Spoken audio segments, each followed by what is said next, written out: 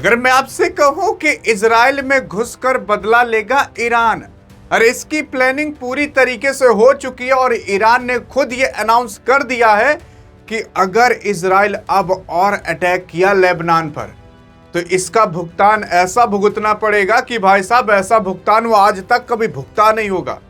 लेकिन सवाल ये उठता है कि आखिरकार हुआ क्या है। सवाल ये उठ रहा है कि अभी जो मीटिंग खेला जा रहा है पाकिस्तान के अंदर, उसका क्या निष्कर्ष निकलता है। आपने भी सुना होगा कि जो डोनाल्ड ट्रंप ने एक ट्वीट भेजा था पाकिस्तान के पास, तो पाकिस्तान के शहबाज शरीफ को ट्वीट करना था, लेकिन वो ऊपर की लाइन मिटा नहीं पाए थे जो ड्राफ्ट लिखा हुआ था। अब शहबाज शरीफ उसे डिलीट कर चुके हैं क्योंकि उनको पता है कि पूरी दुनिया को पता चल जा चुका है। लेकिन अभी भी मीटिंग यहाँ पर खेला जा रहा था।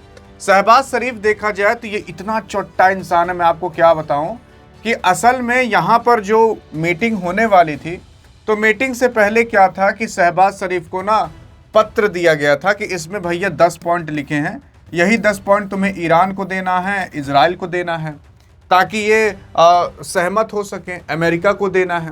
तो ये प्रस्ताव देना था। पाकिस्तान में इतना चोट्टा है, अमेरिका को अलग दे दिया, ईरान को अलग दे दिया, इजराइल को अलग दे दिया। अब वहां पर इजराइल वाले में ये नहीं लिखा था भैया लेबनान पर अटैक नहीं करना है, अमेरिका वाले में लिखा था। अब यहां पर पाकिस्तान फिर बुझा गया। अब पाकिस्तान किसके कहने पर काम कर रही है, तो और युद्ध को भड़का दिया।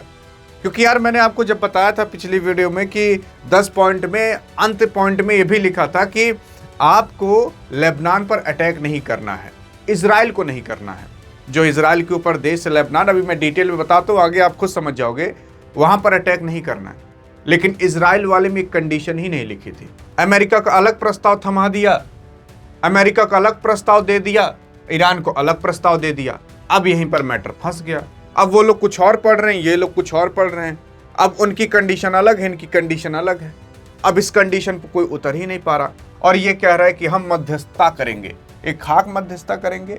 असल में अगर आप देखोगे तो अभी हाल फिलहाल यूएस और जो ईरान था वो एग्री हो चुका था कि भैया 2 हफ्ते के लिए सीज फायर किया जाए और चलो एक जगह बातचीत की जाए पाकिस्तान के अंदर। लेकिन इजराइल कह चुका है कि भैया आप किसकी बात कर रहे हो, पाकिस्तान की? अरे जो खुद आतंकवाद देश है वहां पर हम जाकर क्या मध्यस्थता या फिर क्या हम वहां पर जाकर शांति समझौता करेंगे? तो उनका तो कहना यह है कि भैया ईरान के बाद उन्हीं का नंबर है, तो वहां पर हम क्यों जाएं? मतलब इजराइल जो है वो ईरान के बाद इनका ही नंबर लगाएगा पाकिस्तान का, खुलेआम कह चुका है। और इजराइल तो कहता है कि हमें बिल्कुल भी भरोसा पाकिस्तान के ऊपर नहीं। और अभी आप देख रहे होंगे इंस्टाग्राम पर, फेसबुक पर, यूट्यूब पर पाकिस्तान की खूब वीडियो आ रही है, शहबाज शरीफ की, थोड़ी मोटिवेट, आंख में आग उग जलते हुए, ऐसे सब। मैं आपको बता दूं ये पीआर इसे कहा जाता है, पीआर का गेम। पाकिस्तान पीआर का गेम बहुत अच्छी तरीके से अभी खेल रहा है कि किस तरीके से हम पूरी दुनिया की नज़र में अपनी छवि को अच्छा बना सके, पैसे देकर वीडियो प्रमोट कर करके वीडियो को वायरल कराकर, जैसे एक रूम के अंदर 20 लड़की को बैठा दो, वो लोग क्या करेंगे, आपकी वीडियो कट करके डालेंगे और फिर ऐसा फैला देंगे, वायरल कर देंगे कि बैग। इसे कहते हैं पीआर का खेल। ये पाकिस्तान काफ़ी अच्छे से कर रहा है, कर भले कुछ नहीं पा रहा लेकिन पीआर काफ़ी अच्छे से कर रहा है। अभी भी कोई भी निष्कर्ष इस युद्ध का निकला नहीं है। उसी के ही साथ साथ अब अगर आप देखने की कोशिश करोगे तो इजराइल ने लेबनान के अंदर लगभग 100 बार 10 मिनट के अंदर अटैक किए, वो भी अलग अलग जगह पर। भाई साहब एक एक गांव से खड़े उड़ा दिया है। हाँ जी हाँ, लेबनान के अंदर। और इतनी ज़्यादा वहां पर अफरा तफरी मच चुकी है कि इजराइल ने पहले कह दिया था कि आप लोग अपने घर पर मत रहिएगा, दूर भाग जाइए बॉर्डर से, या फिर अगर बॉर्डर के काफ़ी किलोमीटर आप दूर हैं तब भी भाग जाइए। इजराइल ने पहले ऐसे बता दिया था। लेकिन अब जो ईरान के राष्ट्रपति हैं मसूद पेजेस्कियन, उनका कहना यह है कि भैया देखो सीज फायर हुआ था और अभी भी तुम सीज फायर का उल्लंघन कर रहे हो। अब इजराइल सीज फायर का उल्लंघन इसीलिए कर रहा है, तभी मैंने आपको शुरुआत में बता दिया था, क्योंकि यही चोट्टा पाकिस्तान हो यार, ईरान को अलग प्रस्ताव दे दिया, अमेरिका को अलग दे दिया और इजराइल को अलग दे दिया। अब इजराइल वाले में लिखा ही नहीं था कि लेबनान पर अटैक नहीं करना। इजराइल तो बार बार कह रहा है कि इसमें लिखा ही नहीं है। तब जब मैच किया गया पता लगा हे देखो अलग अलग प्रस्ताव दे दिया है।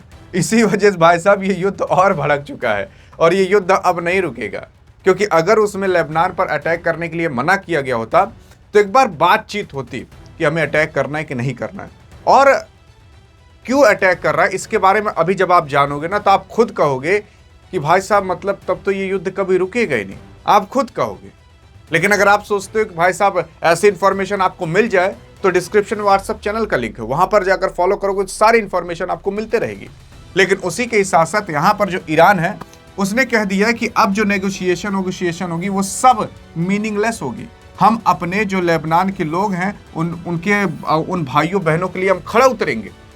मतलब अब ये पूरी तरीके से ईरान ने भी कह दिया है कि ये जो बातचीत होने वाली है, नेगोशिएशन होने वाली है, इसका कोई मतलब नहीं निकलेगा। मतलब पाकिस्तान भी गया इसमें, पाकिस्तान की कोई बात ही नहीं मानी जाएगी। क्यों? जब तक लेबनान पर अटैक होते रहेंगे तब तक। अब यार लेबनान को क्यों बचाना चाहता है उसके बारे में अभी मैं आपको डिटेल में आगे बताता हूं। लेकिन यहां पर अगर आप देखोगे IRGC जो कि ईरान की खुद की एक आर्मी है, उसका कहना है हम संधि तोड़ने वाले देश अमेरिका और उसके सहयोगी इजराइल को कड़ी चेतावनी देते हैं कि अगर लेबनान पर हमले तुरंत नहीं बंद किए गए, नहीं रोका गया, तो हम ऐसा जवाब देंगे कि इस क्षेत्र के अंदर जो दुष्ट हमलावर हैं उनको अपने क्रियाक्रम पर बहुत पछतावा होगा और ये किसी और को नहीं बल्कि इजराइल और अमेरिका पर अटैक होगा। हाँ, मतलब ऐसा अब ईरान की जो आर्मी है IRGC उसने कह दिया है कि अगर लेबनान पर अटैक नहीं रुका तो उसके बाद फिर अब अटैक काफी तगड़ा होगा। मतलब यह है कि जो पाकिस्तानवा सीज फायर कराने की कोशिश कर रहा था इसका कोई मतलब नहीं निकला, बल्कि रियल बात यह है कि ट्रंपवा इसका इस्तेमाल कर रहा था एज अ सेकेंड हैंड के तौर पर, वो भी लेफ्ट हैंड के तौर पर, जो कि धोने के काम आता है। तो यहाँ पर अब ये धोआएगा बल्बे, क्योंकि अब ये जो प्रस्ताव अलग अलग दे दिया है, बझा चुका है इस युद्ध को। और अब यहाँ पर इजराइल कह रहा है कि भैया ये बहुत गलत काम किया है पाकिस्तान ने और अब इनकी धुलैया कस के होगी, बस ये एक बार ईरान का युद्ध खत्म होने दीजिए। अब इसके बाद इन्हीं के ही न्यूक्लियर पावर प्लांट, इन्हीं के ही एटम बम का नंबर आएगा। और हाँ भाई साहब, और ऐसा होगा, आप देखिएगा।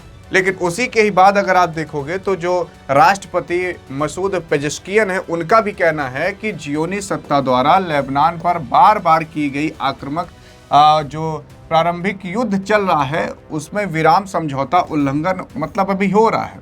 इसका मतलब ये है कि अभी जो सीज फायर हुआ उसमें उल्लंघन किया जा रहा है, क्योंकि लेबनान पर अटैक हो रहा है और संभावित समझौता के प्रति धोखा और प्रतिबद्धता की कमी का एक खतरनाक संकेत भी है।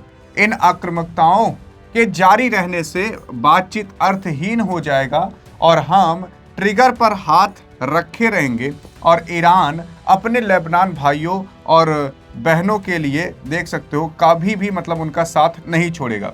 ये कोई और नहीं बल्कि मसूद पेजेश्कियन जो कि ईरान के राष्ट्रपति, उन्होंने कहा है। लेकिन अब पूरा मैटर एक बार मैप पर समझ लेते हैं।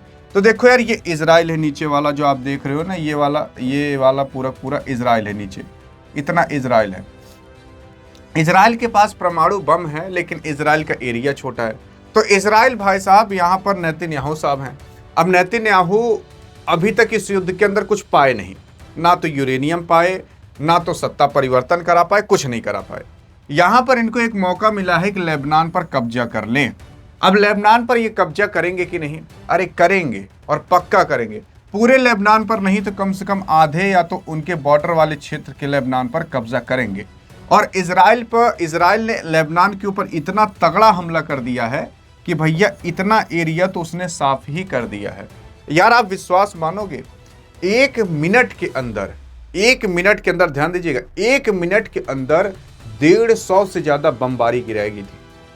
160 लगभग बम गिराए गए थे 1 मिनट के अंदर, वो भी इस एरिया में, वो भी खतरनाक बम। अब आप सोच सकते हो 10 मिनट के अंदर 100 ठिकाने खत्म किए गए थे। अरे यार 100 ठिकाने मतलब आप जान जो 100 गांव उड़ा दिए जाए, ऐसा कुछ हो गया था। तो यहाँ पर क्या है कि इजराइल जो है लेबनान पर काफी तेज हमला किया। क्यों किया है?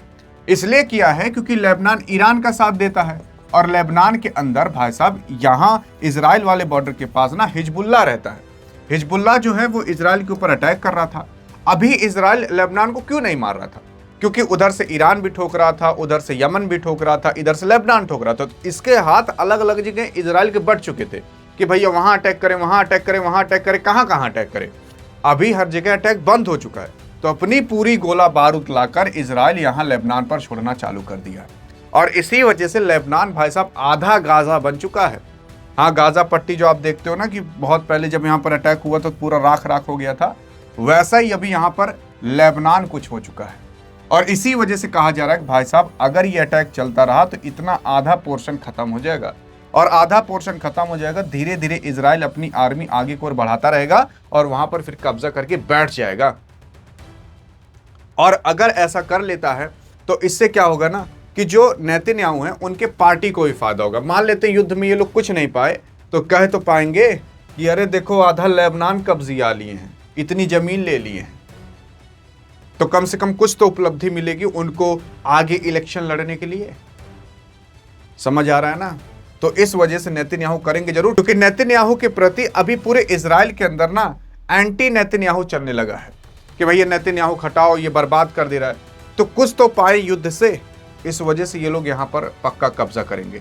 और जब तक ईरान ये बोलेगा कि यार तुम ऐसा मत करो, ये मत करो, वो मत करो, हम अपने भाइयों के लिए लड़ेंगे, तो भैया तब तक जो इजराइल है अगर 5-10 दिन भी पा गया अच्छे से बाकायदा, तो मैं आपको बता रहा हूँ इस इजराइल ने यहाँ लेबनान पर कब्जा कर लेना है आधे। बस 10 दिन रुक जाइए, आप देखेंगे आधा लेबनान साफ हो जाएगा। और इसी वजह से कहा जा रहा है कि भाई साहब ये युद्ध रुकने वाला नहीं है। हाँ जी हाँ, चाहे पाकिस्तान कुछ करे चाहे जो कुछ करे, और इसमें पाकिस्तान भी कब लपेट उठेगा किसी कुछ पता नहीं है। और अगर इस बार युद्ध वापस से स्टार्ट हुआ तो बिना पाकिस्तान के खत्म नहीं होगा, मतलब बिना पाकिस्तान के लपेटे नहीं खत्म होगा, क्योंकि पाकिस्तान तब देगा सऊदी अरब का साथ, और सऊदी अरब का साथ देगा तो ईरान गुस्सा आ जाएगा, तो ईरान पाकिस्तान को ठोकना चालू करेगा। इसी वजह से बाकी आई थिंक आप समझ गए होगा और मैं आपको समझा पाया हूँगा। लेकिन अगर आप सोचते हो कि सारे इन्फॉर्मेशन आपको कहीं लिखा न मिल जाए तो डिस्क्रिप्शन व्हाट्सएप चैनल का लिंक है, जाकर फॉलो तो करके देखो। बाकी अधिक जानकारी चाहिए इस वीडियो में मिलते हैं, तब तक लिए जय हिंद जय भारत।